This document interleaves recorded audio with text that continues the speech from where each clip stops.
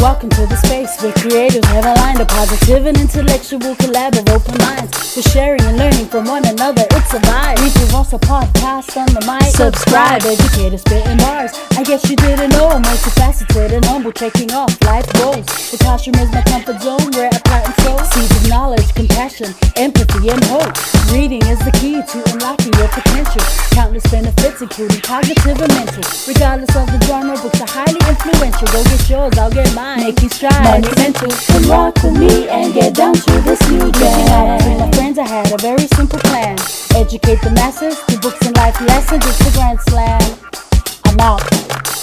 Tala Falava, and welcome to the Reads with Rosa podcast. I am really excited to introduce today's guest. She is an educational psychologist and a fellow teacher.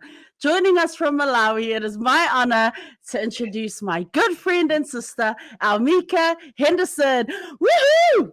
Welcome to the show, sis. I really need to invest in the audience button, I think, huh? Yeah. You do. Clapping you button, just have like... Oh, sis, how are you? I'm good. Yeah, Man. Malawi is good. We are, yes, the weekend, so it's awesome. It's the week. It's Saturday. It's Saturday morning, just after 6. Yeah. Well, actually, it's nearly 6:30 where Elmeka is, and Yeah. where I am in Tokyo, it is just gone. Oh, it's nearly 1:30 in the afternoon. We've been trying to figure this time difference out. I mean, you wouldn't even know. We've been failed a couple of times, but thank you, Lord. We are here today. Finally, get to catch up with us, sis. Before we begin, before we begin our catch up, our interview, I really just want to ask you just to give a brief introduction. Yeah. Like you said, I'm an educational psychologist. I am from Philadelphia. And I've been international, gosh, it was like 8 years now. It's been a while. It's been almost 8 years I've been international. With my son, I have a very tall kid that looks like a grown man now. But yeah, we've just been traveling, and I've just been working in schools as a school counselor for the last 8 years in Japan with you. And then I went to Ethiopia and Mali, and now I'm in Lilongwe, Malawi. Oh, you are amazing. Yes, folks, she's an amazing mom, an amazing educator, so good with students. I've seen it myself. We're going to get into that. But Philly, man, Philadelphia, that's where you're from. When you were younger, did you dream about living overseas and traveling the world? Were you reading books and going, I'm going there. No, my family didn't travel. My grandfather was in the military, but I think after my uncle was born, then they moved back to the States, and then that was that. But my grandmother never talked about traveling. Like my uncle was born in Germany, and no one ever talked about traveling or anything like that. It wasn't until my aunt married someone in the Air Force, and then they were stationed in Turkey.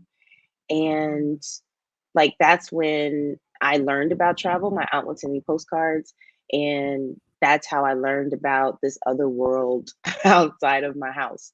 And I think even then, travel didn't feel accessible to me. I didn't actually take a plane ride until I was 16. And so it was one of those things where it was like, it wasn't accessible. And then I started to meet people from different places and, meet someone who travels and showed me how to get a passport. And yeah, and then that's just like I was hooked after that. Man, so then in terms of your first opportunity to travel on your own, what was that? My first travel on my own, I was dating someone at the time, and well, the first trip I'd ever taken, I was dating someone at the time, and they were like, just get your passport, I'll take you to Mexico. And so Mexico was my first trip.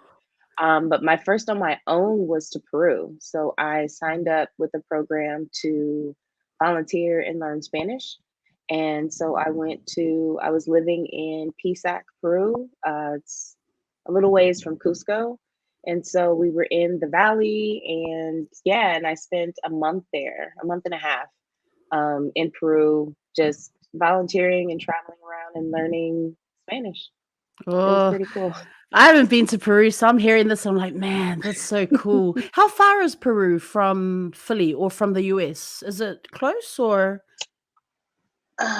I do not. It's not close. Okay. Like it's in the. I'm looking at my geography. Like it Mm. is like northwestern part of South America. Mm. And so it is. I remember flying from Philly to Miami, and then flying from Miami to Peru. Oh, Um, it was like because we had to fly from Lima and then Lima to Cusco and then take a bus from Cusco to Pisac. wow. It was just a lot. And it was a lot for my first trip. Like Mm, I had no idea how much to pack for a month. And mm, so I guess I guess every trip I'd ever taken was like really short. And so I was like, oh, well, I'll take enough for the month. mm. Not really like, oh, I could wash my clothes during that month. No, I took a lot. I took a lot of clothes, and everyone was like, "Why is your bag so big?" It's You were that full. guy, huh? I was that guy. I was prepared for everything. Everything, just in case there was a beach somewhere. I was ready for it. It wasn't. It was very cold in Peru. So I was gonna say, were the beaches beautiful or what? No, it was very cold. it was cold. No, we were in the valley. Like, Mm. yeah, we bundled up every night to go to bed. Younger Almika, were you much of a reader in school? Did you have a lot of access to books, or were you someone who used the public library, perhaps? Yeah, so when I was younger, we had a lot of like reading programs. Mm. And I remember there was one, there's a pizza place called Pizza Hut. You guys have Pizza Hut. And Pizza Hut had this like program where if you read like 10 books, for every 10 books, they would give you like a free personal pan pizza. And so I was a reader, but admittedly, there were sometimes I made up the books that I read because I wanted the pizza. And so but I did love reading. I did, but it was just like, okay, I'm not reading quick enough. Um, and so it was, reading was kind of challenging for me when I was younger. I Mm, mean, it still is. I didn't get diagnosed with ADHD until I was like 20. And mm, so I didn't understand why reading was hard. Like it wasn't that I couldn't read, it was strenuous. Like it was just really challenging to do so. And so they thought I needed glasses and they did all these things. But I wasn't bouncing off the wall like my brother was. And so they never looked at ADHD for me. And so, when things are hard, you don't want to do them. But I enjoyed reading, but it took a while for me to kind of get into that groove of figuring out strategies of how to read and how to mm, like build that stamina. Yeah. mm. But So I then how did figured it out and I sorry, go love it ahead. now. Oh, you love it now. That's it. Excellent. Yeah. Man, well then how did you get into or I mean what did you want to be? What did you want to study at university or at college? Like how did you get into educational psychology? It was a very windy road. Oh. I I actually went to school wanting to be a chef. I really enjoyed cooking. My grandmother cooked like all the time and had me in the kitchen as her sous chef. And so I loved cooking, and they say like do the thing that you love. And so when I went to college, I started off wanting to own my own restaurant. So I started for business, and then I took a class and was just really interested because the teacher used psychology and not of all this theory that we usually hear it, talking about Freud or talking about Carl Jung or anyone else. And so um, it was really kind of from this like observant perspective and looking at how we do things and why we do things. He sent us on an experiment one time to ride the bus or the train and just observe like different behaviors, observe like how people respond when someone sits next to them when there is like an open seat somewhere else. responding just how a woman responds when a man sits next to her and vice versa. And so it was really interesting. And so I kept wanting to like dig a little bit deeper into it and figure some things out. Um, and then I ended up with a bachelor's in psychology with all of that. All that curiosity led me to a bachelor's in psychology and realized that you can't really do much with a bachelor's in psychology. And so started to look at different graduate programs and different types of psychology in different fields. And educational psychology seemed really interesting, more so because I got summers off and I was like, hey, that's fun. And so I really thought educational psych was really just like, oh, you're working in schools and like, Mm. no, it was way more than I bargained for, but it was so rewarding once I got into it, and I ended up going to a school that was a school of osteopathic medicine, and so the way that we learned how to do our jobs was from this very holistic and whole child perspective, rather than just we're going to assess them and diagnose, and then that's it. They're in special education. And so I loved the training that I got. We learned a lot of neuropsychology. The training that we got was grounded in neuropsychology and understanding the brain and how it works and how it develops. It really informed the practice that I have now, and it was just really great. Oh, and so then from there, how do you end up on the international circuit, teaching circuit? Um, the I know it's like everything just kind of happens. Like I've never had a plan. It just was like, oh, I guess I'll do that now. But what happened is that the more that we travel, so we started traveling, my son and I, um, when he was like 5, he came home one day from school and said he wanted to see Niagara Falls because they were learning about it in school. And so he didn't have a passport at that point, and so I got his. And then that summer, we took the train from Philly to Ontario. It's 12 hours with, I think he was like 5 or 6 at the time. Don't ever do that. I don't recommend it. Like 0 out of 10. Do not recommend traveling 12 hours on Amtrak with a child.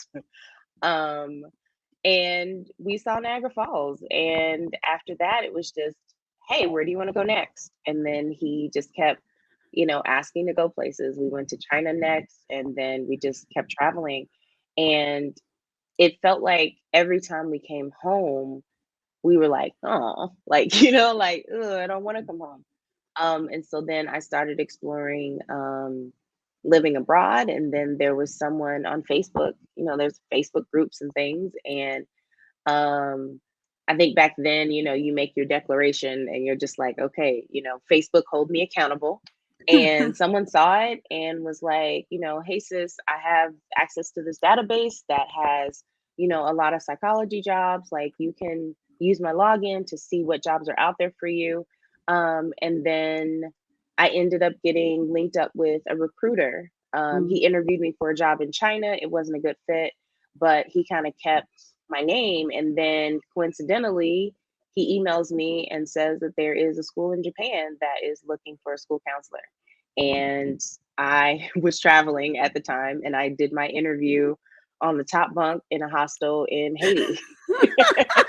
Oh my, I was gonna say, where did you do your interview? I was traveling and I saw the email. I saw the email as I was sitting in the airport and I was like, hey, I'm traveling. Can you give me a couple days?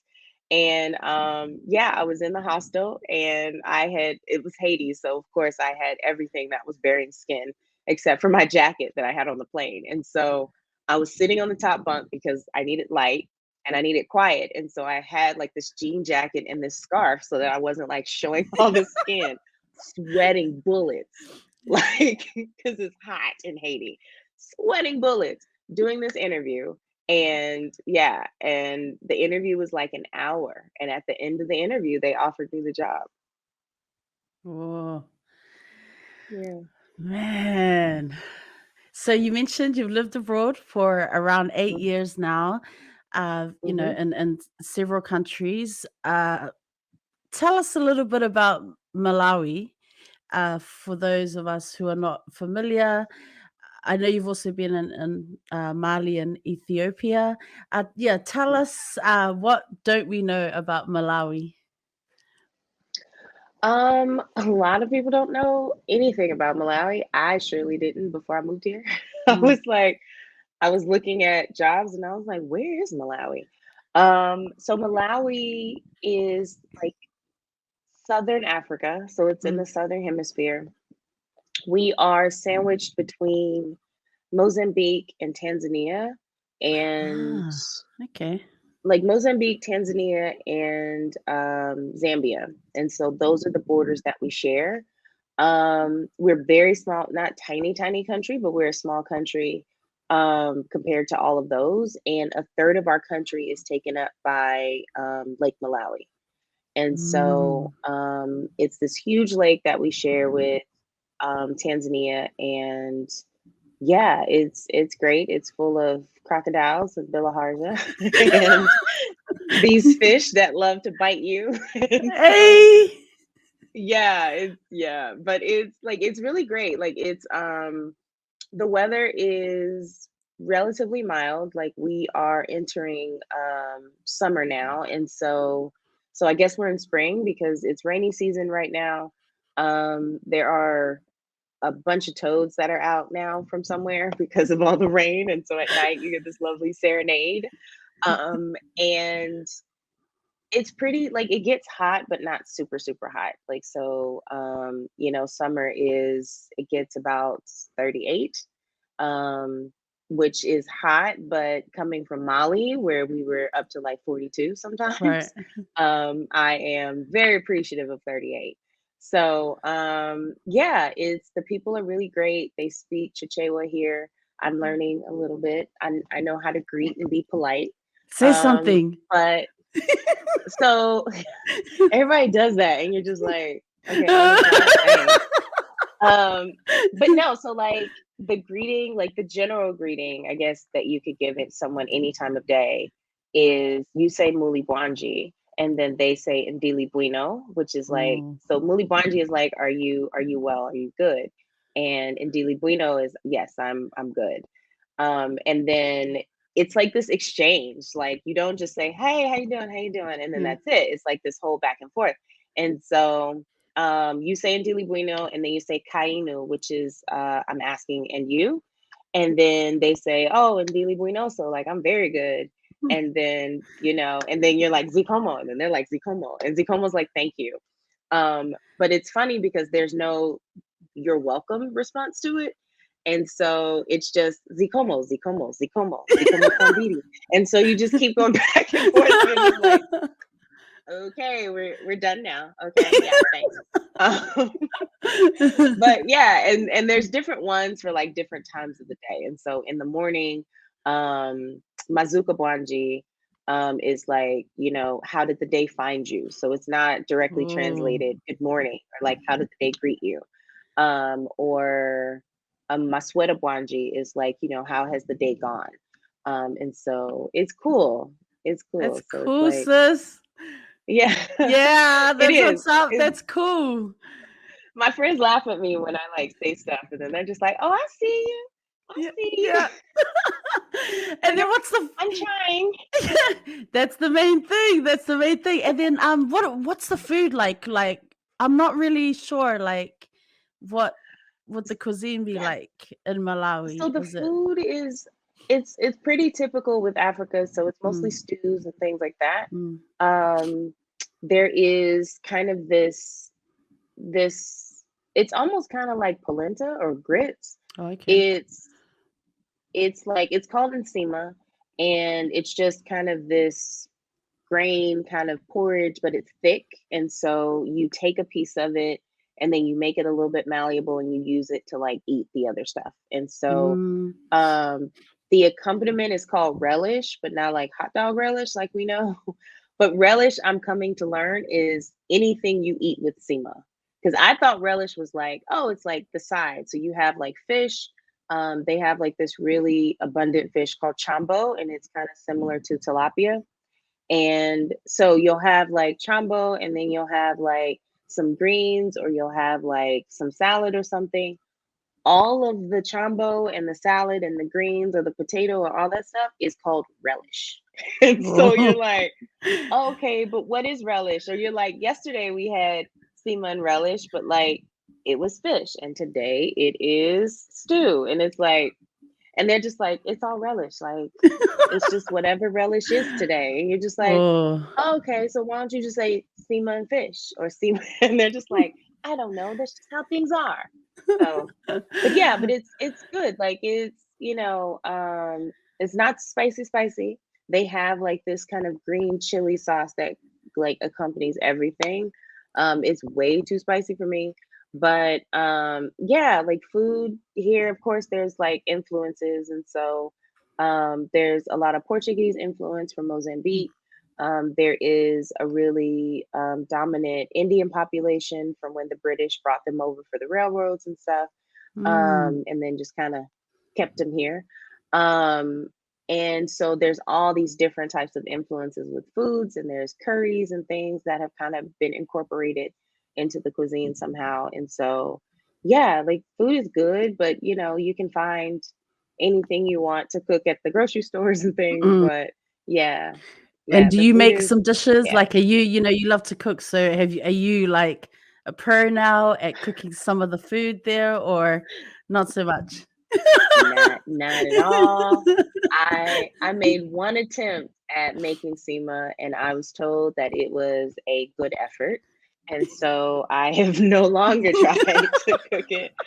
Um, they were like, okay, I can see where you were going. So, but yeah, but I mean, I stick to what I know, and then Mm. I let others cook for me. So it's fine. That's cool. We can live with that. There's nothing wrong with that.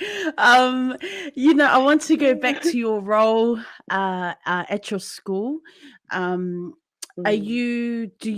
do you also take classes, or are you solely in the doing the psychology and the counseling part? Because I know at Yeah. our school you were also doing classes as well. So what are you full time doing counseling or? Yeah. I enjoy classes. Mm, I think that Sason was kind of that jumping off point of like learning and kind of flexing that teacher muscle. Like mm, I had taught like workshops and things like that, but not really working with kids and didn't really know how.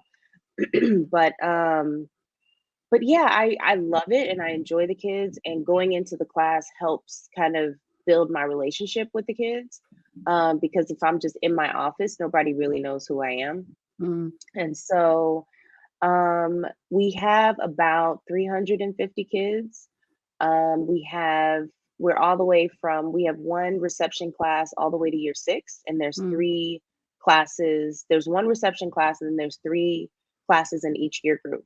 And so it's like 19 classes. And I teach from year 3 down. I go into their class every week. And then years 4 through 6, I see them every other week. And so I'm teaching either 13 or 16 classes every week. It's Wow. fun and busy. Yeah. And then I also do counseling. And so that mostly happens during the students' break times. Mm. And so I make sure my schedule's free during break. And so I'm in my office during break time. Sometimes they come to see me. Sometimes they come to see my fidgets. Um, I just did, you know, um, I just did a reel on my teacher page on Instagram about how I think they're coming to counsel me, and my fidgets are like, nobody's coming to see you, Otis. So, and it's true, like it's true. And so yeah, so it's the majority of my time is spent in the classroom. Mm, And I think that doing that has helped decrease the number of kids that come to me for a one-to-one basis. It's mostly like problem solving and things like that. But mm, in the classrooms, I'm able to teach social skills. I'm able to teach social emotional learning, so emotional regulation, conflict resolution, all of that. And so I think that a lot of that helps with with the students kind of figuring those things out for themselves. And so we're teaching them I statements, we're teaching them how to, properly apologize when you've hurt someone. And the teachers are giving me feedback that the students are actually using those things. And so it's really helping to decrease the amount of students that come to me and are like, Miss Elmeka, they said they won't be my friend, or, and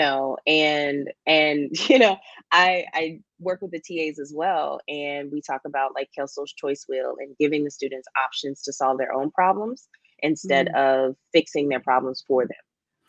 And so, yeah, and so it's a lot of work, but I love it. I love working with the kids. How do you honor the voices of the learners? Yeah. So we are a PYP school. And so we ask a lot of questions. We don't give a lot of answers. And so really creating that agency for them to solve their own problems and working through it with them of saying, okay, they tell me a situation and I'm like, okay, what happened before that?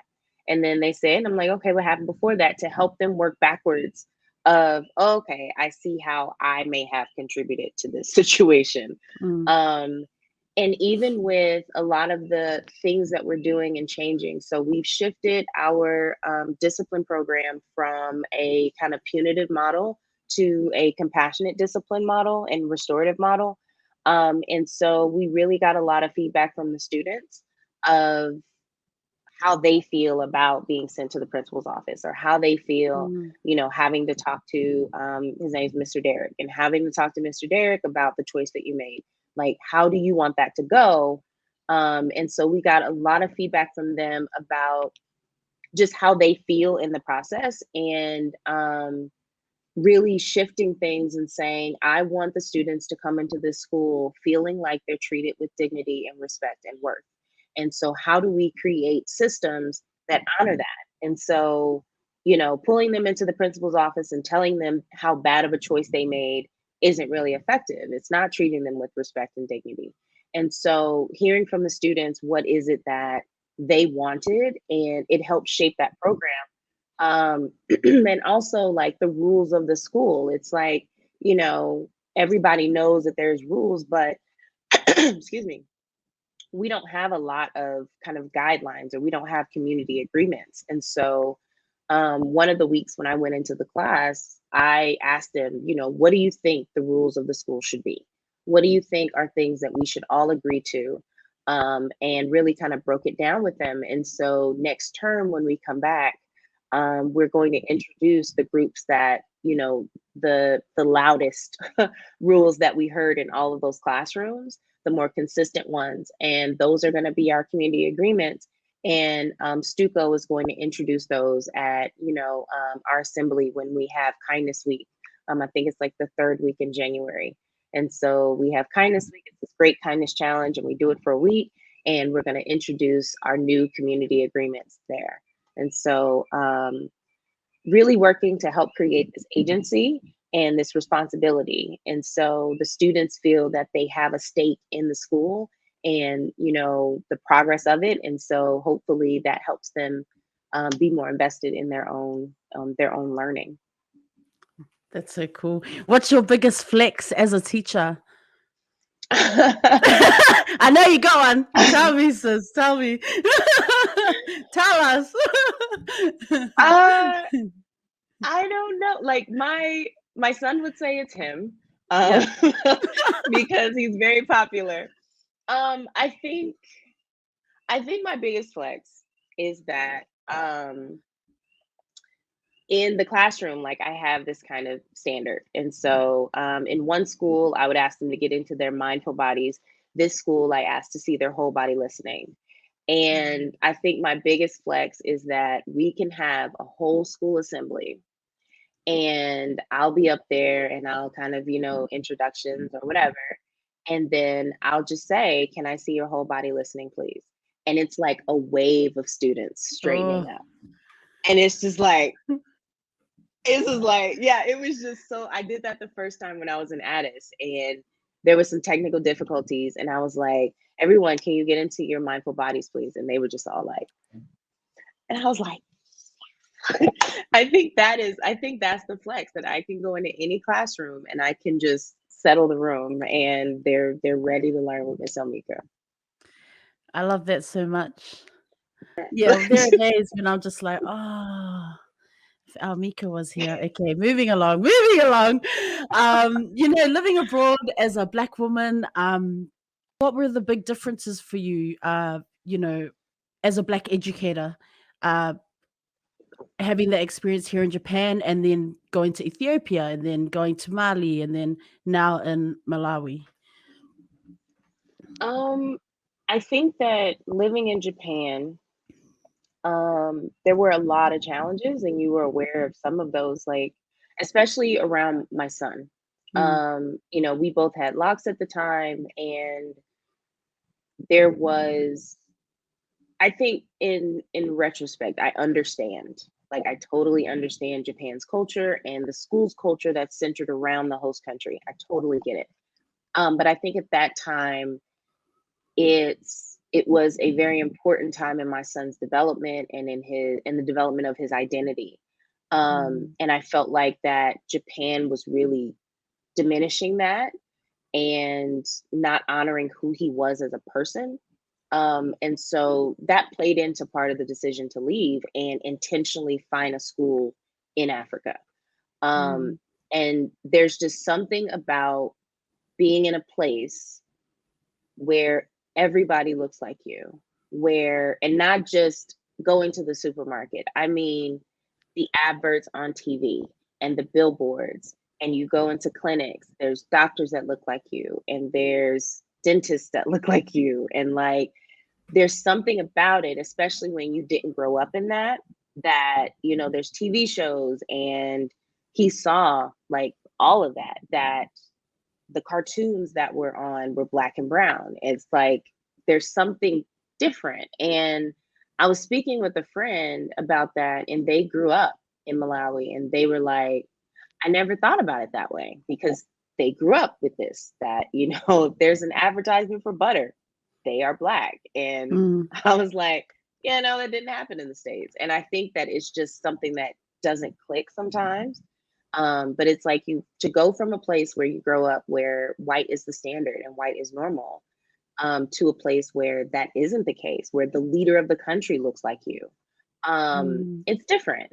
And I think that it shifted my son and how he saw himself and how he felt comfortable in who he was. And I saw a whole different personality come out when we moved away. Like Japan served an incredible purpose, that he learned, this sense of independence and capability of the things that he could do on his own, that I don't think he would have been able to get anywhere else. And I'm glad that he was able to do that in a really safe and controlled environment. But um, there was something that happened in Ethiopia and in Mali and here that just could not have happened in Japan. That he would be a totally different kid or it would have just been us really bumping heads against the schools, when it came to that. So rather than fight them to see my son for who he is, we just decided to leave. mm. And then, of course, when you're visiting home, I mean, even just to say you're visiting, or like when you return to the US, well, I guess visiting, Yeah, it's you're going back visiting. to your Yeah, other because home. yeah. What conversations do you uh, have to have with your son, with Chris? Because like obviously in Africa and in Malawi or Ethiopia and Mali, it's his Mhm. identity, and how he's become this just, he's flourished as a young soul, as this. But then going back to the US, like, what difficult conversations do you have to have as a mother? Just because it's totally different, like in terms of like I don't know. I don't know how to say it, and I'm probably saying it all wrong. I just yeah, Mm. safety wise, like No, I understand. we've had ongoing conversations. He knows why I wanted to leave the States. Mm. Like, he's very clear on that. He knew then why I wanted to leave. Um, and so the conversations we have are just really ongoing. And I think they're the same ones that we have when we travel anywhere. Mm. That um, you know, if we're traveling somewhere, like we were just recently in South Africa, and you know, we're in Johannesburg, and I'm like, Chris, put your phone away. Like, we cannot be walking with you on your phone right now. Like, put your phone away. Or I think it was one time we were looking for something and we kept circling a particular area to find it. And I was like, Chris, we have to stop. We have to stop looking for this place because we are now becoming a target because we Mm. keep searching, we look lost. And I was like, no. Mm. And so he's understanding kind of these safety things. But when we go back to Philly, um, I intentionally try to create this balance to where he can still exercise this independence, but also be cautious because I don't want to go back to the States and be like, no, no, no, you can't go, it's not safe. Or, you know, have this lecture about police or things like that. We do have conversations sometimes because it's like, hey, like, if there's an issue with an adult, you need to let me handle it. Like, because, you know, and so I think it was like a few years ago, there was something in the bathroom or something, and he had gotten Mm. smart with somebody who like said something like off to him, which like totally justified. But I was like, he is a grown man. You need to let me handle that. Like, let me box the dude for you. But we're Mm. not going to have any issues with some adult hitting you because you look older than you are. And Mm. so, um, yeah, it's this challenge of like creating this balance between, you know, raising a child who stands up for himself and who, you know, has this sense of justice and, you know, is like, I'm not going to let somebody treat me any kind of way, but then also understanding the delicate balance of especially when you're dealing with white people, Mm. that balance of when you need to back off and when you need to stand up for yourself, or when you need to let your mother stand up for you and you kind of back off because you're still a child. um, and I don't want to go to jail behind somebody being crazy Mm. to my child because you stood up for yourself, and they see that as disrespectful. So yeah, it's interesting, but I think that the more that we visit home, it becomes easier, Mm. because he kind of holds on to those lessons so that he applies them when we go back, and it's less of a conversation now and more of just kind of a reminder. Mm. You know, so you've traveled the world. I mean, like when I say the world, like I mean, I'm not even kidding. Like you've traveled, you two have gone to many, many places, mother and son. Can you share some travel hacks that have worked for you, and from your experiences? Yeah, I mean, Um, like, I don't know, like all those hacks of like buy your ticket on a Tuesday and like Yeah, all those right. things. I just buy it when I buy it. Yeah. Um, but I think that I'm trying to think, what are some travel hacks? I know like when he was younger, I had a lot more, but like Yeah. now it's like, You're like, man, can you stop growing now? Thank you. I know, but it's I think it's like a lot of the things that I do, like, yeah, I think that if you can afford it, I'll say this. This has become, I don't know, a travel hack for us. It just saved my life recently. Um, because we were traveling and the hotel that I was looking at had a deal. They called it like a family special. And so you buy one room and you get the second room 50% off, and they're adjoining rooms, and you know, and the rooms weren't totally expensive because it was like off season. And I just realized the like peace that you get when you have your own room and your kid is like just across the way and just like, hey, okay, I can see you through the adjoining door. And but it was just like, yeah, I think that's my new travel hack of like, if you can afford it, get your kid their own room. If you have more than one kid, put it in the budget because it saves your life of just having that peace and having that quiet and saving your sense of smell because children fart and it's not nice. And so, or even just sharing a bathroom. Like we haven't shared a bathroom in years. And Mm, to go to a hotel and have to share a bathroom is just treacherous. Or just even getting like an Airbnb. mm, Um, but yeah, I mean, our travel hack is, not being kind of like we're not strict schedule people, mm, but we realize that we have to have something on the agenda. Otherwise, we'll spend our days in the hotel and not go anywhere, mm, except to go out and get food. And so we've been really intentional with researching a place and figuring out what to do, but then also scheduling in down days because too much movement is too much, and then you both are cranky and annoyed with each other. Um, but yeah, I think I don't have a lot. I wish I had more. Like, I mean, like most of my travel hacks are like for people with babies. It's mm. like I'm a pro at traveling with a baby, but I haven't done that in like 15 years. Yeah. Um, but yeah, yeah. But fun fact, if you have a baby, if you cannot plan your travel around nap times, then on takeoff and landing, make sure there are either you're nursing them or they're having a bottle or something or have a pacifier because they will scream because the pressure in their ears, like when there's Mm. takeoff and landing, there's changes. And so, and it's like whenever I see, a crying baby, especially during takeoff or when we're starting our descent, then I'm just like, just nurse them. It's fine. Just give them a passy and they'll be okay. And then they'll do it and then they'll turn around and be like, I can't I can't resist. Like I cannot resist being like I hear the crying baby and I'm just like, here, I pass a note to them and let them know. Just you like seriously, put something in their mouth and they'll be fine. So, Mm.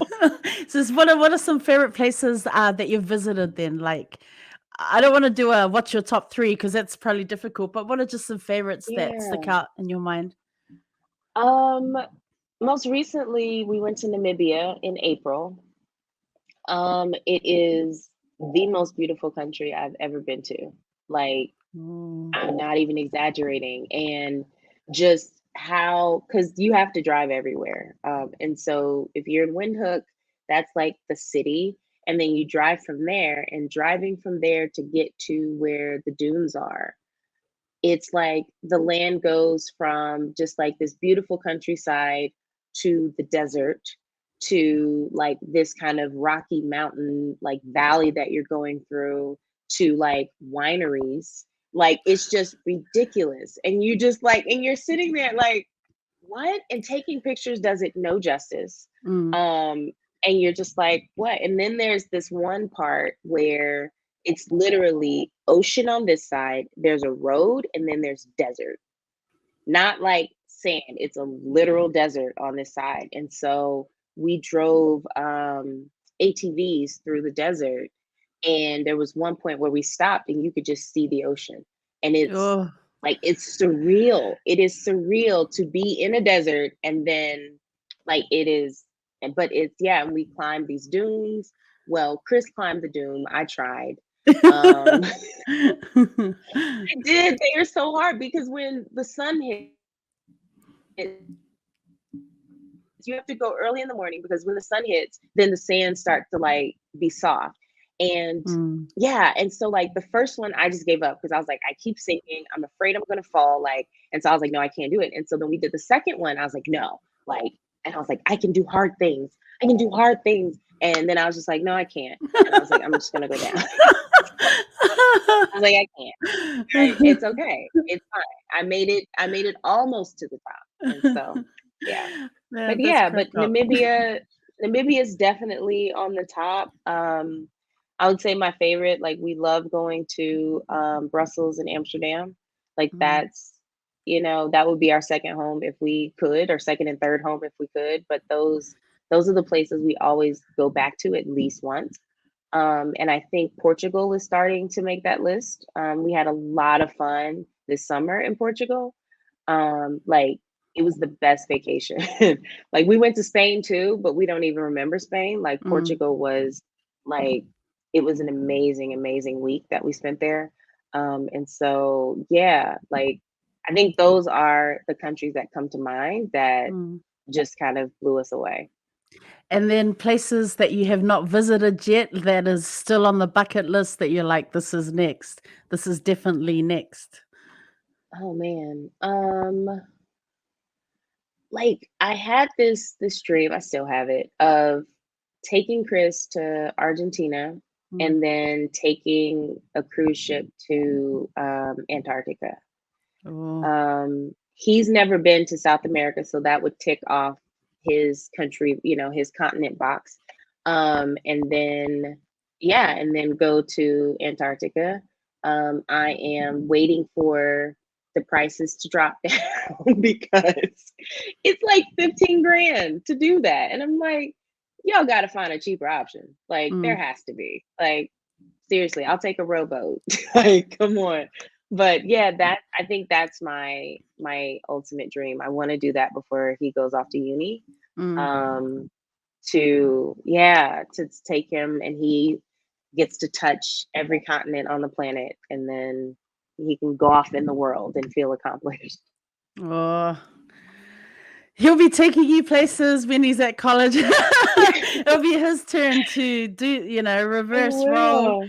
and he'll be taking you places, showing his mama Yeah. all these wonderful places that he still wants to visit. I wanted to bring it back to just some of the work that you're doing in the region.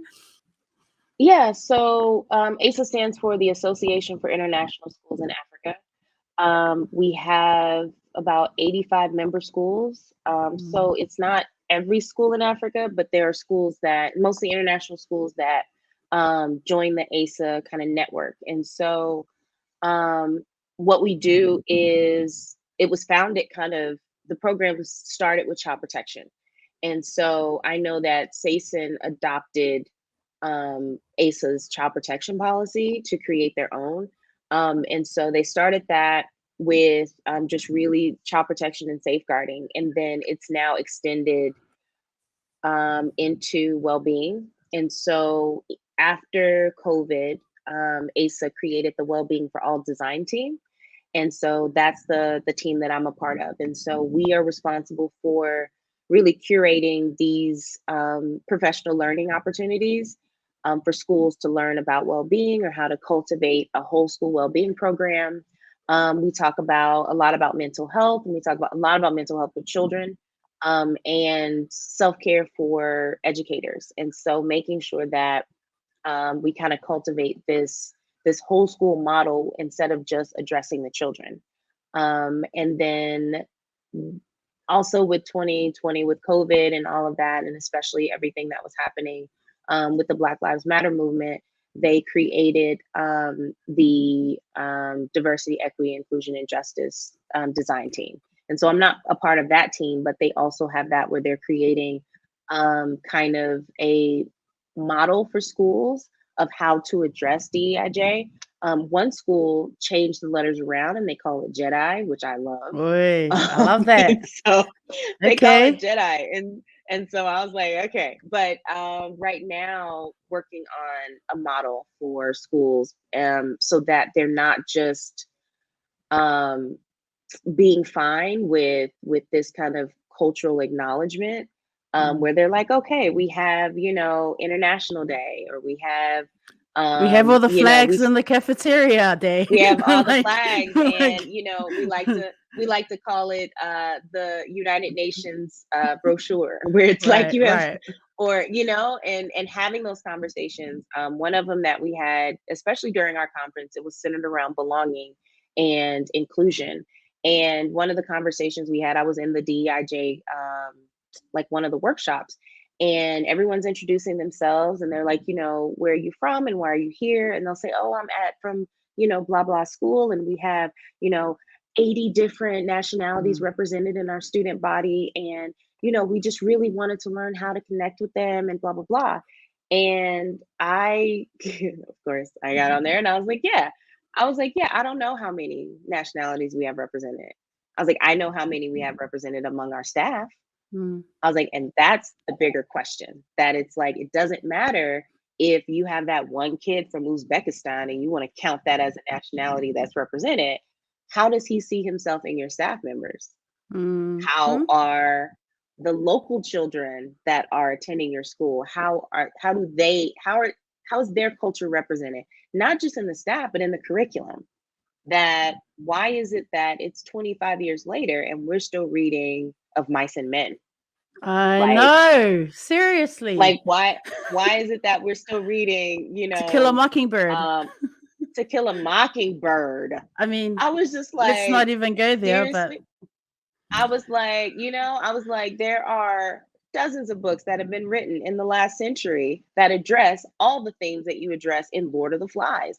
Why are we still talking about this? And so it's having conversations with teachers and heads of schools of saying, how are you want to be about diversity and equity and inclusion, but how are you shaping your curriculum to reflect the cultures that you want to boast about? That, how do those children see themselves in the curriculum that they're learning? Even talking to teachers about when they create presentations for students or they're shaping their, classroom lessons, like, are you using Sally and Jane and John? Or are you using names that reflect the culture of the students in your class?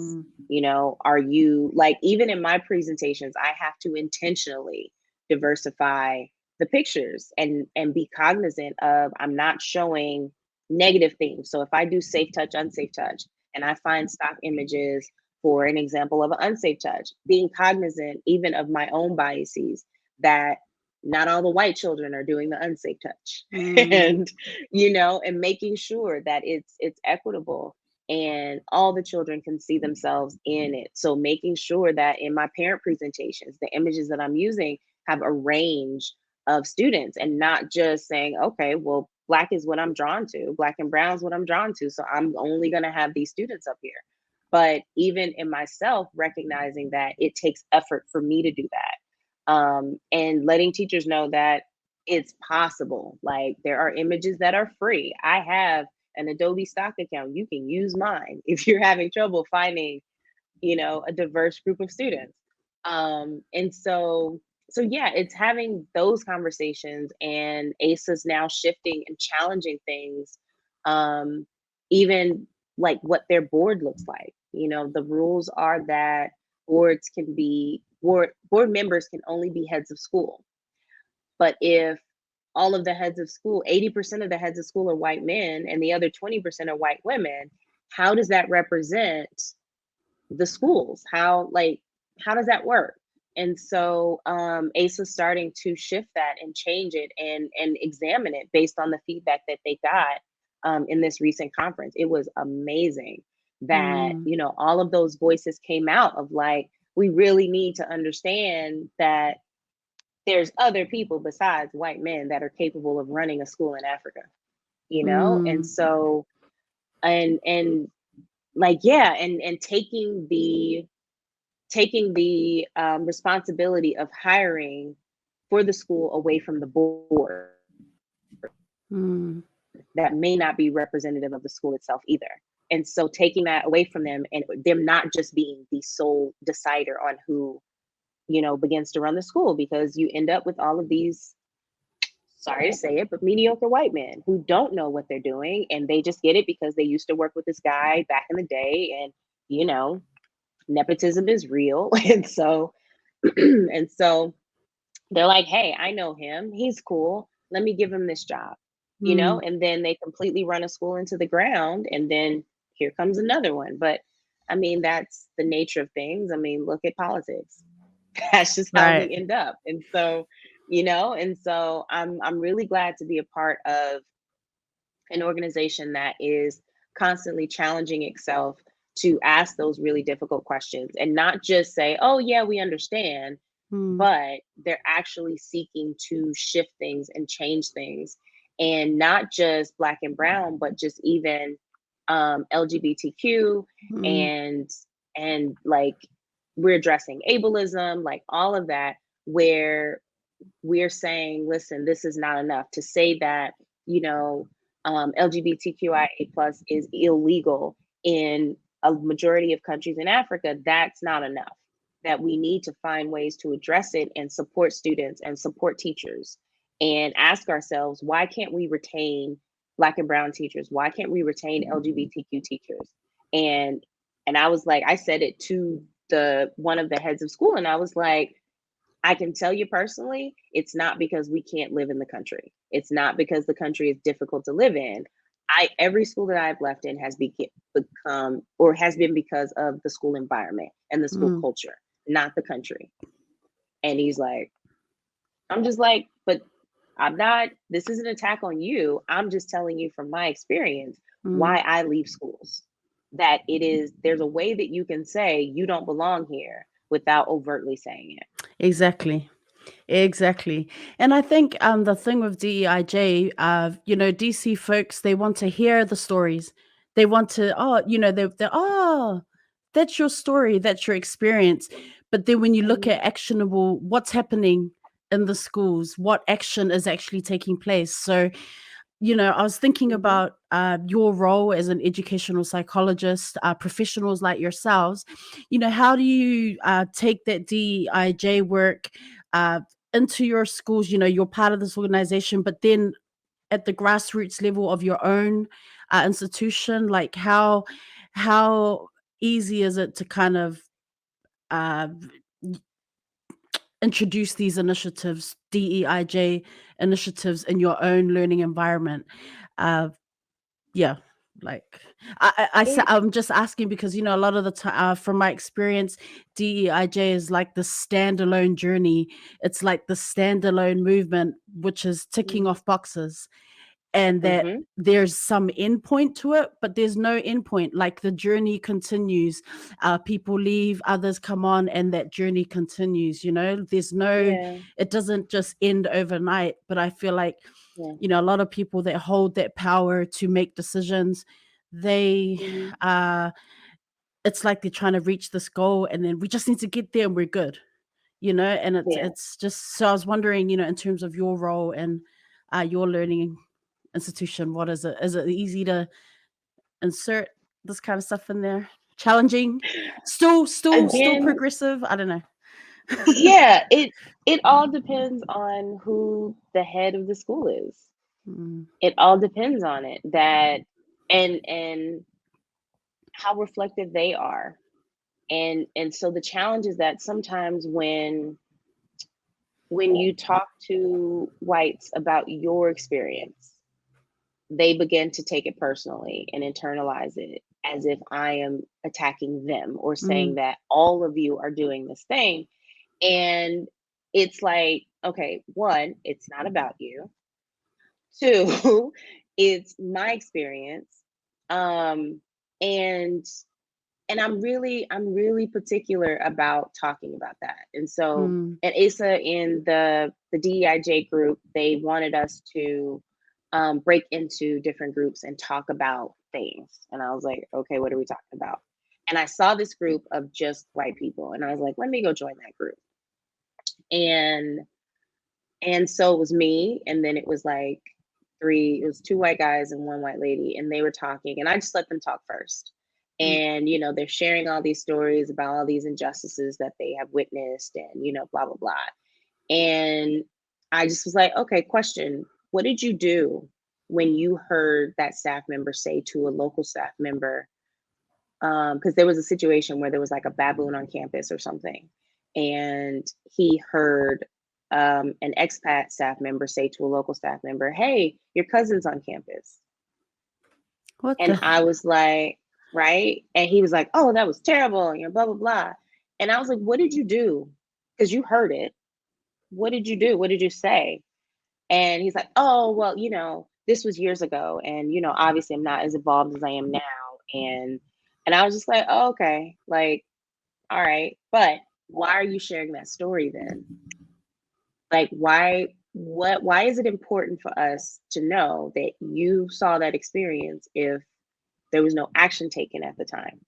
Like, and so I was like, that's my point. I was like, this is my point, that there's no point in sitting around and talking about all these things that make you feel good as a self-declared ally if there was Mm, no action taken in the moment, if you didn't do anything, if you're not doing anything. And I was like, yes, the conversations and the stories are great, But you need to also understand that there is a degree of emotional labor that happens on the side of us. And it's not up to me to change these things. It's not. I don't have the power to change these things. And if I'm the one saying it needs to change, then I'm just the angry Black woman. But you need to be the one to check your people. You need to be the one to say, hey, that's not okay.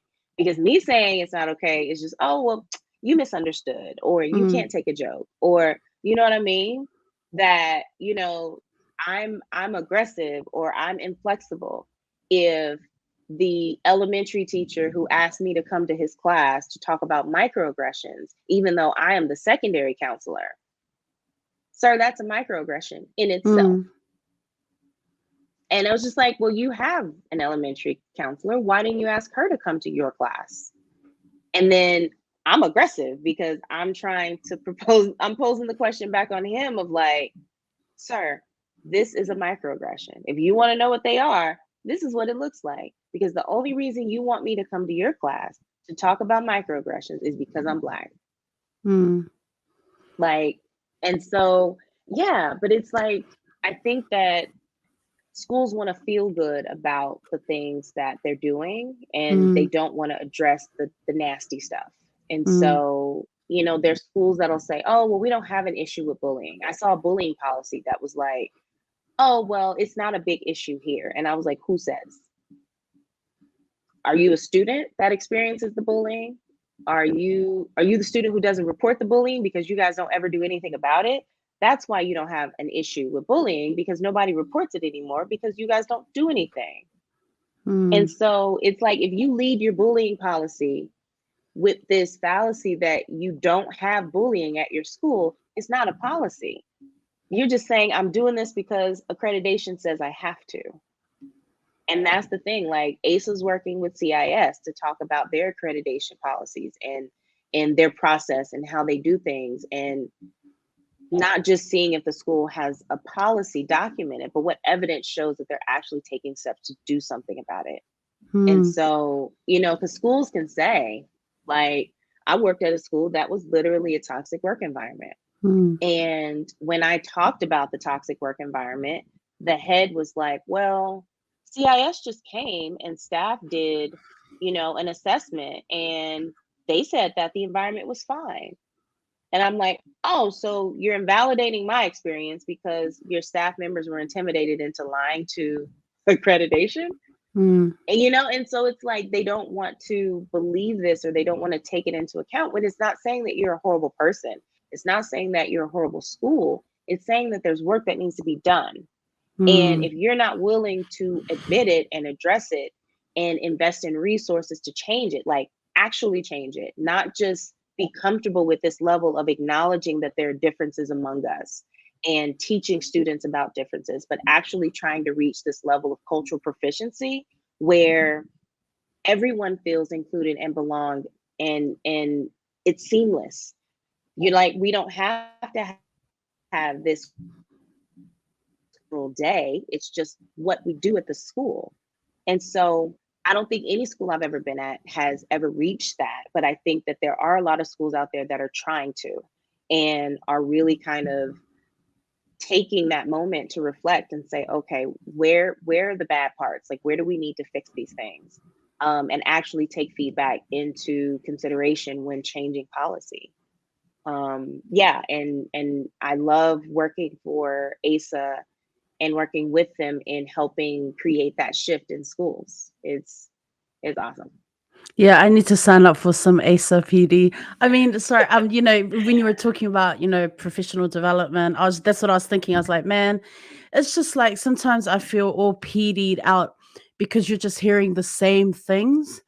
Yeah. I also find it very overwhelming personally, going to some PD, and then if it's a PD that is the focus is on BIPOC educators, but we have DC folks, there are white teachers that attend.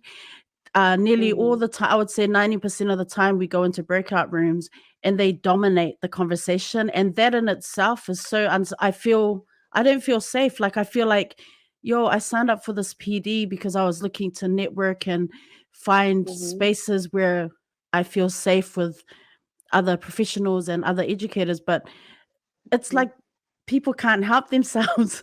They've got to get their narratives out there, and it's just I end up leaving the PD thinking, well, that was really a waste of my time. Like I, waste of you know, time. and I find, like especially, because as international schools, we're in the CIS, that I know there's been a lot of people making moves, moving forward, making changes and whatnot, policies and courses they're offering. But I do find sometimes going into these spaces, because I look at these people running the workshops, and they there's privilege and power there.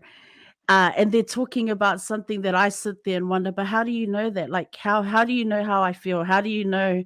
Do you know? Have you walked in our shoes? Like, not. I don't want to be like. That's just my experience. I know it's not always like that, but I cannot help but question how DC folks can teach down to us about this kind of stuff, but may not necessarily have walked in our shoes. Like when it comes to And they DEIJ. can't. It's like they can't. And I think that the most effective people are the ones that recognize that they can't and say, listen, I'm acting on the feedback that I've gotten. And that's all I can do, instead of saying, yes, I totally feel you. I totally understand. It's like, what? Don't. It's like, no, like, you will never understand, And it's like, I had a teacher once, she was from Canada, and she, like, we were talking about our traveling and all that stuff, and she was like, yeah, I really love Africa, and I really, excuse my like Karen voice. Turn it always it up. comes out. It's just like, I just really love Africa, and just the pride that they have in like their country and just for themselves. And I was like, that pride comes when you had to fight for your independence. Right. I was like, yes, there is a particular set of pride where you're just like, we overcame colonialism and imperialism. Yay. Right. I was like, there's pride that comes to that. And they were just like, yeah, but just, and she said something like she had skin tone envy. And I was like, what's that? And she's like, well, everybody looks good with a tan. And I was like, excuse me? and then she says, I just love, because we were talking about Ghana and stuff. And she's like, yeah, I just love, how they just have all this pride and they know their history and they know all this stuff. And, I'm from a relatively new country and I just will never know where I came from. And I was like, yeah, as a descendant of the transatlantic slave trade, I can relate. And I'm just like, what? I was like, and so the thing that gets me though is these are the educators who are teaching predominantly Black and brown students. Yeah. These are the people. I had one educator say to me, because we were talking about how uncomfortable I am having house help. I was like, I didn't grow up with it. I don't know how to manage people like that. I was like, I just let them do their thing. And then, and I was like, but I was in a country and I had trouble because it was just like, I don't know if it was the language barrier or what. And I just ended up being like, no, I'm sorry, I got to let you go. I'll just clean my own house. Or just let it be dusty. I don't care. But and she was like, oh, well, in West Africa, she was like, I don't think it was the language barrier. I think it was just, it's West Africa and they don't really have a lot of like prenatal care. And so, their children grow up with like intellectual like she's going in and I'm what the hell? I was like, who told you that? And she's like, oh, well, I grew up in Burkina Faso and like, that's just like, that's what it is. Like, I just, that's how it is. And I was like, what? And so I had this conversation with my principal at the time. And I was just like, you cannot tell me that her idea of West African children and the lack of prenatal care in West Africa and the idea that no one has prenatal care and they all are born with intellectual disabilities doesn't show up in the way that she teaches these children. That if there's a child from West Africa, she's automatically going to associate that they have an intellectual disability. I'm like, there's no way you cannot tell me that she can compartmentalize that. when it came out so effortlessly in a conversation. Mm. And that, like, this is who we're dealing with. And so it's like, how do we educate these educators, Mm. or These how do lifelong we, learners. do you understand? Or, you know what I mean? Or these people who romanticize or fetishize Africa. Mm. Like, I'm like, listen, trigger warning number one is if you ask them why do they want to come to your school in Africa, and they say because they love Africa, they feel like an African at heart, or they grew up in it and they just feel like it's home, run. Cut off the Zoom call now, because they are coming over here with this colonizer attitude. And you can see it in the way that they treat the TAs. You can see it in the way that they treat Right. certain children. And so it's like, no, like you need to just, sorry, nope, can't, nope, do not pass go, do not collect $200. Bye. Sorry, thank you for coming. But it's just like that's the indicator. Like that's the indicator right there that you were going to have a problem on your hands. And I know this because of my experience with dealing with them. Because that doesn't come out with you. It comes out with me because they feel comfortable because I'm the cool Black girl. Right. And so, and which is so effed up. But it's like, That's a whole nother chapter, huh? That's a whole other show. I think it's great to see, you know, yep, we're diversifying the curriculum. But my issue that I always have to speak, I'm sure people are like, man, what's up with this? Angry all the time. But my thing is like, it's great. Let's diversify. Let's get in all these different texts. But you can't, if you've still got the same educators delivering the content, but they're not saying the names correctly, not even making an effort to say the names correctly in the text or in the articles or the resources and tools that you're using. If we've still got educators that do not reflect the faces of the learners in front of us, they're still delivering the curriculum with a certain narrative in mind, real Eurocentric, westernized, DC folks. I know that everybody thinks Western, they think white. And it's like, no, like we had one, because we brought that conversation up in the conference as well. And I was like, why are you not actively seeking out? I was like, because I can tell you, there is an entire Facebook group of Black and brown educators that are talking so much crap about your application process, you as a director, not you personally, but I was like, they talk about all of that because of our experience when we are going through this process, that you ask us questions that you don't ask white people. And it's like, you know, that it's like, I got asked one time, was like, oh yeah, so you're coming with your son because you have to disclose all that. And they were like, yeah, so where's his dad? What? I was like, respectfully, sir, that does not belong to you. That information does not belong to you. And thank you for your time. Close laptop. Because it was just like, I don't want to come to your school. If you're curious, then get to know me and then learn and understand my circumstance. But like, don't assume or don't like, that's foul to like, but you're not going to ask a white single mother that. You're going to assume that she's a widow, or you're going to assume that like, that's what you're going to go to, and you're not going to bring that up. And so even having those conversations where they're like, well, we get money from the U.S. Department of State. And so we have to have a certain percentage of American teachers. And I was like, absolutely. But do you know the percentage of African American teachers that would still qualify as American? I was like, there's loads of American teachers trying to break into these schools internationally, and you're not hiring them. And they're qualified. They have experience. Like, and you don't have to have international school experience, because there are teachers who have been international for years, and they still have a lack of cultural competency, or even just cultural awareness. Like, you get the I don't see color teachers. Like, that's who you get internationally. I'm not colorblind. Okay. I don't see color. I just see people. And it's just like, no, you're saying that I'm invisible, and you're not honoring my culture. You're not honoring my history. Like, I have teachers having kids doing coloring sheets that have Christmas. And I'm so proud of my students that are like, I don't celebrate Christmas. You got a coloring sheet for Eid? You got a coloring sheet for Hanukkah? Like, and it's just like, but why are you doing this though? Unless you're going to do it from a teaching perspective, just like you would teach what Eid is, or just like you would teach what Diwali is, teach what Christmas is and why people celebrate it.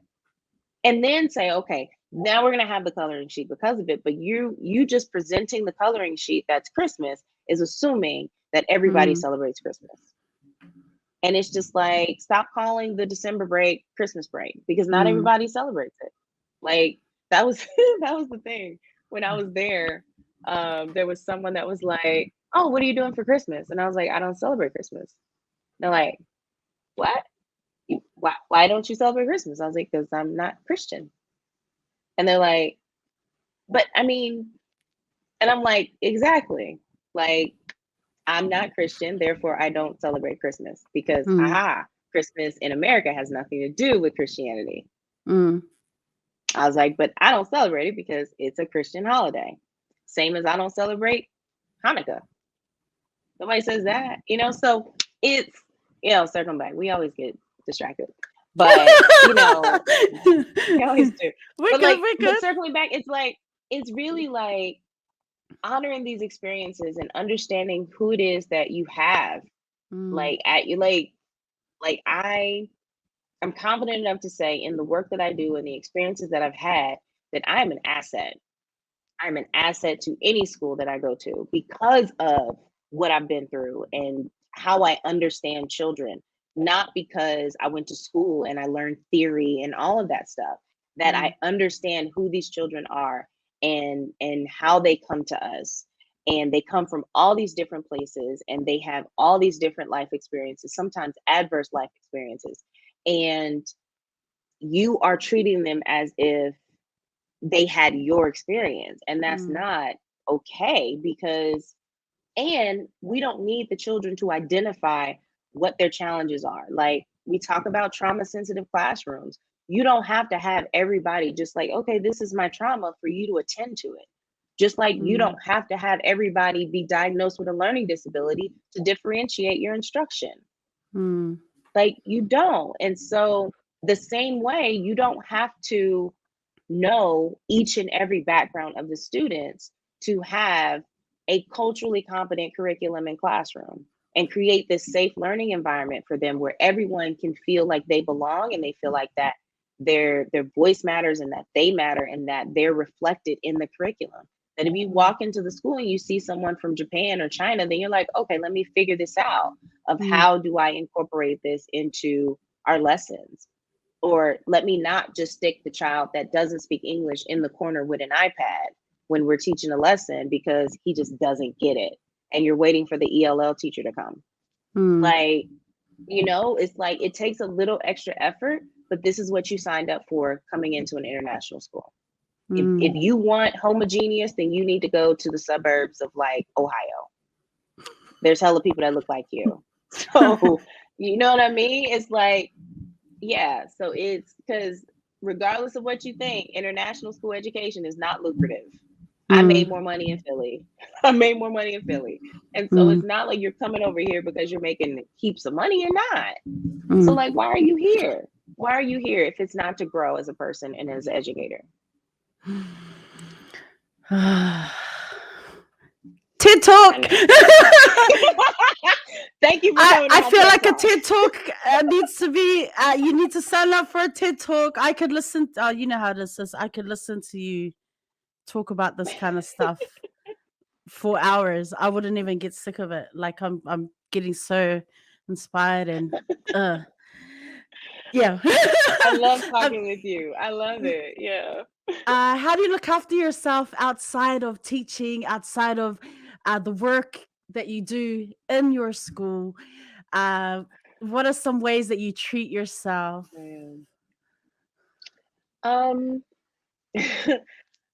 The most predominant way is I have a very strong meditation practice.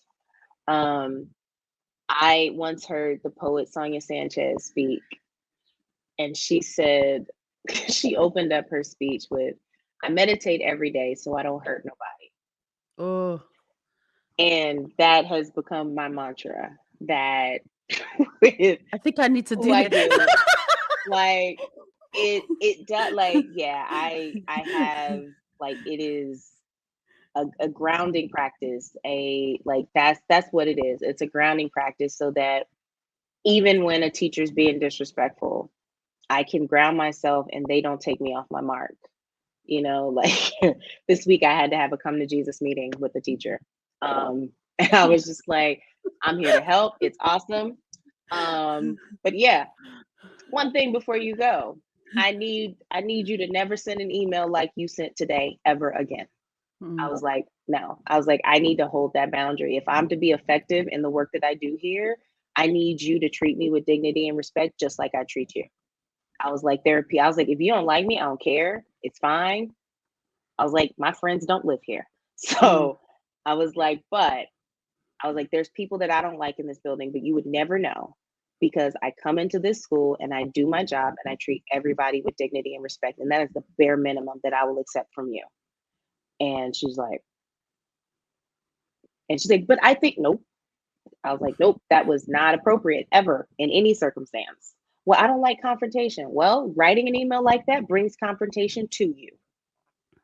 I was like, you're lucky that I'm nice because I could be way more mean than I am. And I wish other people appreciated that.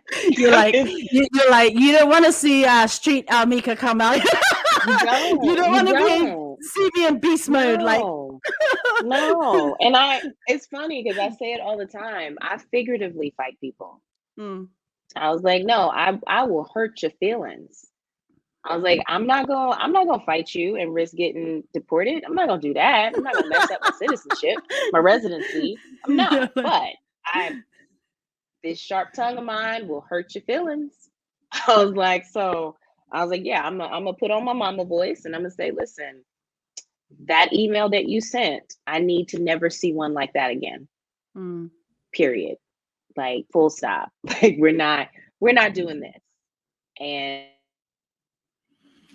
yeah, and I mean, and I hope that it has shifted our relationship. But I was like, yeah, but yeah, it's really, really working on my relationship with my kid, that he's amazing. And that's important, of making sure that even if I'm stressed, I don't bring that home, or I'm honest about it, saying, listen, it's a bad day. I'm gonna close myself up in my room for a day and a half and then I'll still feed you, but I need to retreat for a little bit, and I still love you, and but I just need a little bit of space right now. And so, yeah, but it's really, really kind of separating that of like, I think that the challenge with international schools is that a lot of people come here and they don't have that support system. And so school becomes their support system. And their life is the school, and their life is the people in the school. But that comes with a lot of challenges because not everybody is able to compartmentalize your personal relationship with someone with your professional. And so I think the best advice I got was from Colette, and was like, have a life outside of this school. It was like, make sure you have a life outside of the school. And I think it was coming more from the counselor perspective of, because of your role in this school, and like I've only come to understand in the last few years, my role in the school is different than a teacher. That if I'm cool with you and I hang out with you and I come to know information that I know could endanger student safety, I'm not your friend in that moment. I'm a mandated reporter.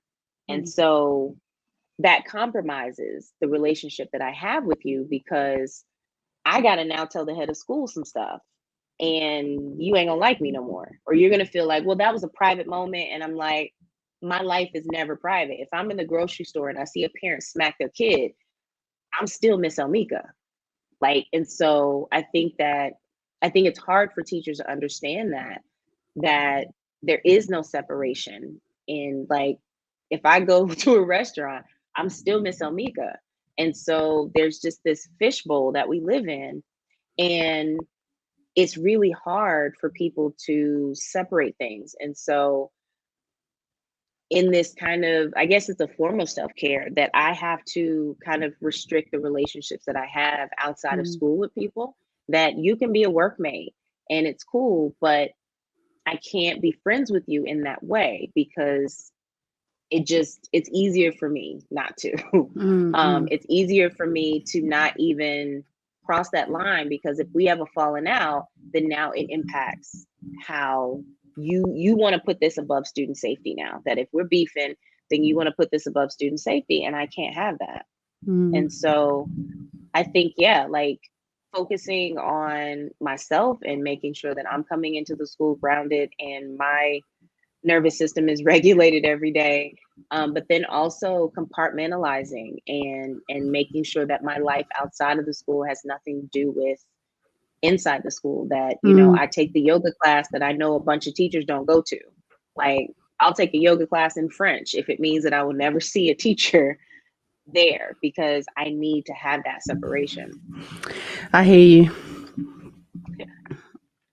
People It's don't it's understand. tough out here. Yeah. No, but I mean, it's understandable why they don't understand. Not Mm, everybody is made for this life, and nobody tells you this. Nobody tells mm, you that you move to a new country. It is, I mean, making friends as an adult is hard anyway, but it's incredibly difficult when you're in a new country and you don't know anybody and you don't have those mm, connections.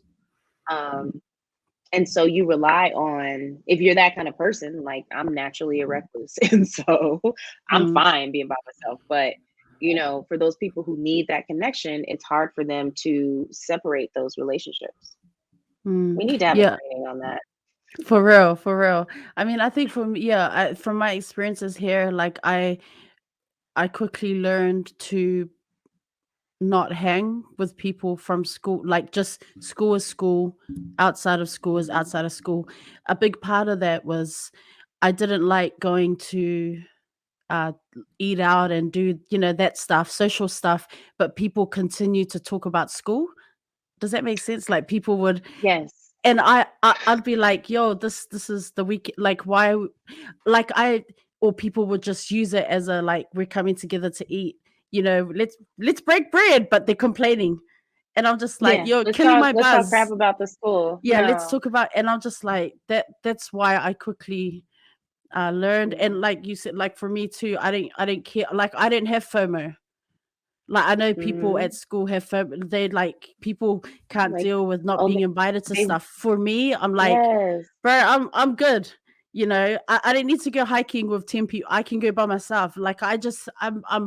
I just, like you said, like, it's separating that, because I just couldn't deal with negative complaining about stuff, that it's like, bro, do something about it, or just, why are we talking about this on a Saturday or a Sunday? I can't deal with that. It just, because you want to leave that stuff at Yeah. school and kind of like just disconnect Yeah. and have time where you're not thinking, with that teacher hat all the time. It becomes really toxic, and you're just kind of like, then you're Yeah. in a negative buzz, and it's like, what is And like, happening why? here? You No, know? and I think because some people don't have a life outside of school, that they Yeah. don't have like anything to talk about. And yeah, I started this thing at my school here. Anytime anybody starts talking about school in a social context, then I start talking about The Crown. And I'm like, have you seen the latest season of The Crown? Oh my God. Like, I was like, man, the casting for Prince Charles, he's pretty handsome this season. Like, I will change the subject. And I'm just like, no, we're not gonna do that. I will binge watch Lord of the Rings, and like, just to have something else to talk Talk about, about. so that you guys stop. Like, I will. And I was like, and they know this now, that if I start interjecting talking about something else, then they're like, okay, fine. But it's like, we don't want to talk about school. Like, I don't want to talk about it. And so I think that's why I started. Now, okay, I'll say, if I have a genuine connection with somebody, Mm, then I will hang with that person from school. mm. But I will not choose to hang with people from school just because I don't want to make the effort to find friends outside of school. Right. I hear you. I hear you. Yeah. For real, But if, man. yeah, like,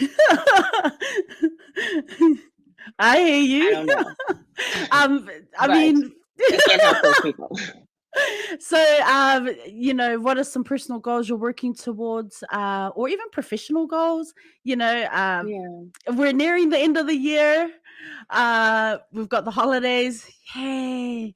We've got holidays Oh my coming goodness. up. 2023 just around the corner. Yeah, What's Miss Amika I got in store for I don't us? know. I feel like my goals are always ongoing. Like I don't like using the new calendar year as kind of this marker of like, okay, new year, new me, because it's New it's Year's been resolution.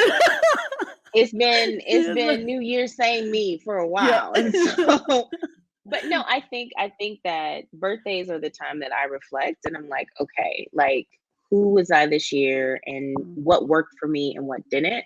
I think that I want to start um moving into leadership. Like I'm starting to recognize, or others are starting to recognize and pushing me into that. But recognizing kind of these strengths that I have and this passion and this drive that I have, even just going into a school as a counselor, it's never sat with me well to just, oh, I'm just going to be the counselor. I'm just going to be in the room. I'm just going to do the thing that they want me to do. But I've always just been like, no, this doesn't feel like it's working for the students, or this doesn't feel like, it's helpful to the students, or the students need something and not attend to that need. And so, whether it is going into educational leadership with the school or being a consultant, I think that's the direction that everything that I do is intentionally to push me into that process. And so, I think a lot of the work that I do with ASA, um, is to push me in that way of like, okay, I'm gonna write articles, or I'm gonna lead workshops, or all these things, because that's the direction that I want to do. And so, I wanna sharpen that skill. And so I think that's kind of where I'm moving towards, of, not just being the counselor of a school, but like implementing programs and, helping schools implement programs that, attend to the well-being of not just the students, but, the adults in the building as well. Oh, man, that's exciting. So I'm yeah, excited that's for you, like for real. It's cool. thank I got more to you. say. We can say it off camera. That is very cool. That is, I'm excited to see, yeah, where that journey, the continuation of that journey of learning. Oh, that's so cool, sis. Do you have a book recommendation, just real quick, or something you've read Yeah. recently? Uh, Yeah. So I don't have the book anymore because I gave it away. mhm. I do it a lot. Like I was in South Africa and I was reading a book while I was getting my hair braided.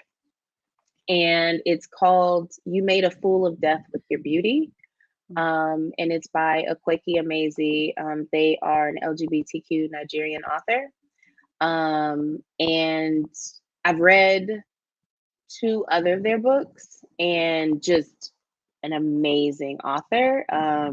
It's awesome. Like it took me a while to read it because I would like get into it and then I would put it down and then work would happen and I'd forget about it. And so I've been Mm, reading it since this summer, but just finished it last week. And one of the people in the shop, they were like, what are you reading? And then, I'm reading it and I'm like, oh my God. And they're like, what happened? So basically the story, I know. And so then I finished it in the shop because, getting your hair braided takes forever. Um, and I finished it in the shop and finished the last pages before my Uber came, and I left it for her for when she comes back the next day. And so the story is about a woman who lost her husband in, a tragic auto accident. And it's about, she's an artist, and it's about how she moves through that trauma and addressing that pain through her art. And in that, she meets someone else, and like it's kind of messy and I like messy. But it's about kind of that guilt that comes with surviving an accident, or just surviving a really traumatic event, but then also connecting with someone that really understands that pain, and falling in love with someone under like the most obscene circumstance, but because not necessarily trauma bonding, but someone really understands what you went through and they're going through the same thing, and being able to share that part of yourself in that way because you know that they understand. And I think that there's something, I think why it resonated with me so much, there's something about not having to explain your pain to somebody for them to understand it. That you can just say that this is how you are and this is who you are, and they get it. And there's a different type of connection that happens that doesn't happen just with anyone else. That, you know, if I've had a miscarriage and my best friend has had a miscarriage, there's things that I don't have to say or explain that they will understand. And it's not even anything that we have to talk about and share. But if I'm in pain about that, or if I remember years later, my friend understands and my friend can attend to that pain without me having to explain why I'm still bothered by it, you know? And so that's kind of what happens in the story with the main character. Like, she's carrying this pain and she's carrying this trauma, and she has these relationships, whether they're platonic or they're romantic, and feeling like she's never able to really connect with someone, but led to believe by society or therapists that she's holding a part of herself away from people as a defense mechanism. And she finds out later, like, no, it's not that. It's just I haven't met anyone that truly understood that part of me for me to be able to let that out, you know? I think even the therapist like had her believing that she had these walls up, and that person really unlocked something with her. But it is messy. Like it's good. Like, but I think that's why I was drawn to it so much, because I mean, aside from the author is amazing, um, I think that there's something that just resonates, and how seamlessly they incorporate just LGBTQ through it without having to really identify it, you know, that doesn't have to be this label. It's just, oh yeah, like I loved someone else and his name was Devin and blah, blah, blah. And it's like, it's not like, yes, and I am bisexual. Like, Right. it's Which some just books do these days, right? It's just a real, oh, we've got that yeah, in there, we're good. But it's like, yeah, that it's normalize just it. like, Let's normalize it, you know? Like, this is what is. Yeah, like I talk to my friends all the time, and it's just like, I really wish that we could just talk about our partners and it not be this, oh yeah, by the way, I'm queer. Like, you don't have to announce it. That it's just like, you know, that I was talking with someone and we were talking about a date or whatever, and they were like, oh yeah, what did he do? And I was like, she, and they're like, oh, and it's just like, like, why can't I just say that it was a girl? And you're like, oh, okay. Because if I say it's a guy, then you wouldn't bat an eye. right. And so it's just one of those things of like, I think that's why I'm drawn to their book so much, because it's just there. And it's just like, this is life. And it's not that the recognition of the struggle and the challenge of being LGBTQ in this world that we live in isn't there and it isn't present. So it's not presenting this utopia where everybody's cool with it, but it's also recognizing that in those relationships and in those intimate moments with someone, that you just exist as who you are, and it's not, now I have to identify myself, but it's just, it is what it is, you know? And so, yeah, definitely recommend that book. I definitely recommend any book by Akwaeke Emezi. Amazing, talented author. I think I have like 2 books on the shelf by them, and I have like 3 more in my Audible account. So, Well, yeah. we'll definitely check that out. Thank you for sharing that book recommendation. I was, we're wrapping up the show now. I don't want to cut in more into your weekend. I know it's a Saturday there, and you need time to, chill out and rest, need family Not a time. But problem. I just thank you so much for coming through. Like, I feel we could just talk for hours. It's just so nice to connect again, and just Yeah. not just as like, okay, yo, we got the sis on, got a friend on, but also to hear your professional voice, Miss Elmeka voice. Love it, miss it so much. There Oh, are days when I'm just like, reminds me of Elmeka, or months go by, reminds me of Elmeka, or so, yeah. definitely still remember things and think about you when I'm struggling at school. But yeah, I Oh, just, we're heading into the holidays, wishing you and Chris just a uh, I hope that you guys have a wonderful holiday. Stay safe out thank there. you. Really looking forward to continuing to following your journey. I'm waiting for that TED talk to drop. I really am seriously considering taking some ISA PD. I'm just loving. I love hearing what you've been doing out there. I don't comment much on about it, but I do see what you're doing. Even though I don't say much about it, but I definitely see you No, out it's there. I know fine. you're in those spaces. I know you are smashing it, like in your field, as an educational psychologist, as a professional, as an educator. Absolutely love your heart for community, for your learners. Um, so I just, Thank yeah, just you.